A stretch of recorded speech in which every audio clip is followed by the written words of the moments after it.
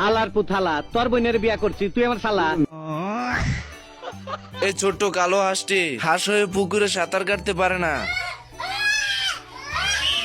बेकार है भैया मैं तो टूट गया। সাঁতার না জানার দুঃখে জঙ্গলে এসে হাঁসটি বসে বসে কাঁদতে থাকে। তা দেখে জঙ্গলের প্রাণীরা এসে বলে, বাইক না তোমার বডির এই অবস্থা কে? সুই মুই লাও নাকি? রক মক বাইরে গেছে। এরপর হাঁসটি কিভাবে সাঁতার শেখা যায় সাঁতার প্রশিক্ষকের কাছে চলে যায়। আমি বলুম না, আমার শরম করে। এটা কোনো সিদ্ধি ফিদ্ধি না, এটা সবজি। আচ্ছা কিনছি রে কিনছি, আমি টেনশন কিনছি। সাঁতার প্রশিক্ষকের কাছ থেকে বুদ্ধি নিয়ে সাঁতার কাটতে চলে আসে। वाओ क्या लड़का है, वेरी हैंडसम बॉय, इससे तो बहुत मजा आएगा। সুটিয়ে লাল করে দেবো, নোংরামি বার করে দেবো। এই কুমিরটি হাঁসের বাচ্চাদেরকে দেখতে পায় এবং তাদেরকে খাওয়ার জন্য আস্তে আস্তে তাদের কাছে চলে যায়। ছোট্ট হাঁসগুলোর বিপদ দেখে এই কালো হাঁসটি চলে যায় তাদেরকে বাঁচাতে।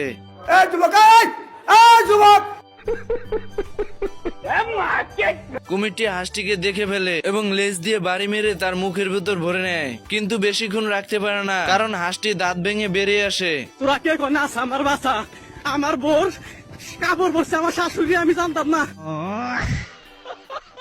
এরপর কুমির এসে হাঁসকে কামড়াতে গিয়ে গাছের কুটির ভিতর আটকে পড়ে, কিন্তু কুমির অনেক ছোটাছুটি চেষ্টা করেও বেরোতে পারে না এবং স্রোতের সঙ্গে চলে যায়। এরপর হাঁস আস্তে আস্তে নদীর কূলে চলে যায় তার বন্ধুদের কাছে। তার বন্ধুরা খুশি হয়ে স্লোগান দিতে থাকে।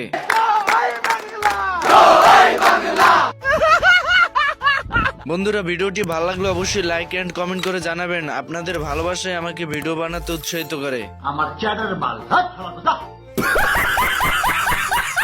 এই হাঁসটি কুকুরটিকে খাঁচায় বন্দি করে দিল্লি থেকে পাকিস্তানে নিয়ে যাচ্ছিল। তা দেখে কুকুরটি বলে ওঠে, दिल्ली নয়, পিন্ডি নয়, নয় অন্য কোন দেশ, সবার আগে বাংলাদেশ।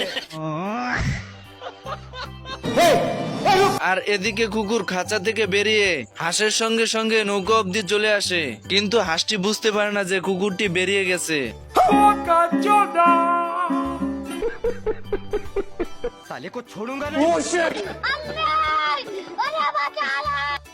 আরে এমালে তো কুকুর হয়ে বাদরের মতন গাছে গাছে ঝুলছে। सब क्या देखना पड़ रहा है? अच्छा है मैं अंधा हूँ। তার মানে গাইস, ডিজিটাল যুগে আধুনিকতার ছোঁয়াপে সব আপডেট হয়ে গেছে।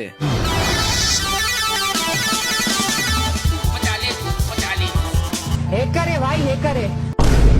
हाँ हाँ हाँ